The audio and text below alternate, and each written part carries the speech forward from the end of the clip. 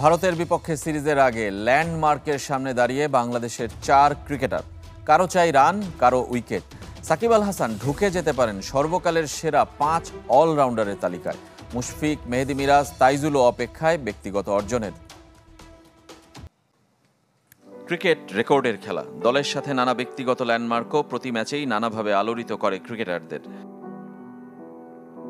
ভারতের বিপক্ষে ঐতিহাসিক সিরিজের আগে হাতছানি দিয়ে ডাকছে 4 ক্রিকেটারের ব্যক্তিগত অর্জন, সেটা দেশীয় ও আন্তর্জাতিক পর্যায়ে। সাকিব আল হাসান, মুশফিকুর রহিম, মেহেদী হাসান মিরাজ, তাইজুল ইসলাম সেই ক্ষণ গুনছেন।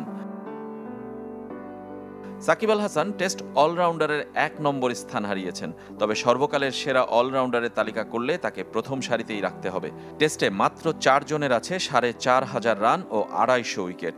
Ian Botham, Kapil Dev, Jack Kallis ও ড্যানিয়েল ভেট্টোরির সেই তালিকায় নাম তোলার অপেক্ষায় সাকিব।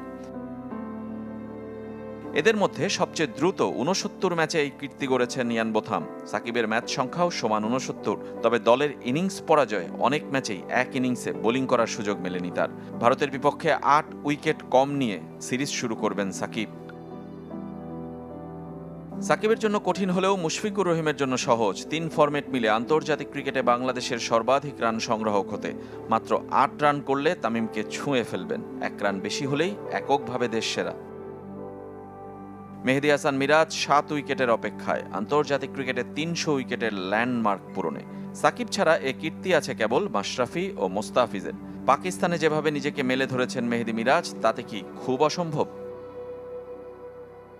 মিরাজের চেয়ে লক্ষ্যটা কম হলেও অপেক্ষাটা দীর্ঘায়িত হতে পারে তাইজুল ইসলামের জন্য, কেননা টেস্ট একাদশে জায়গা পাওয়াটাই যে কঠিন হয়ে পড়েছে তার জন্য। মাত্র 5 উইকেট চাই তাইজুলের টেস্টে 200 উইকেটের ল্যান্ডমার্ক পূরণে।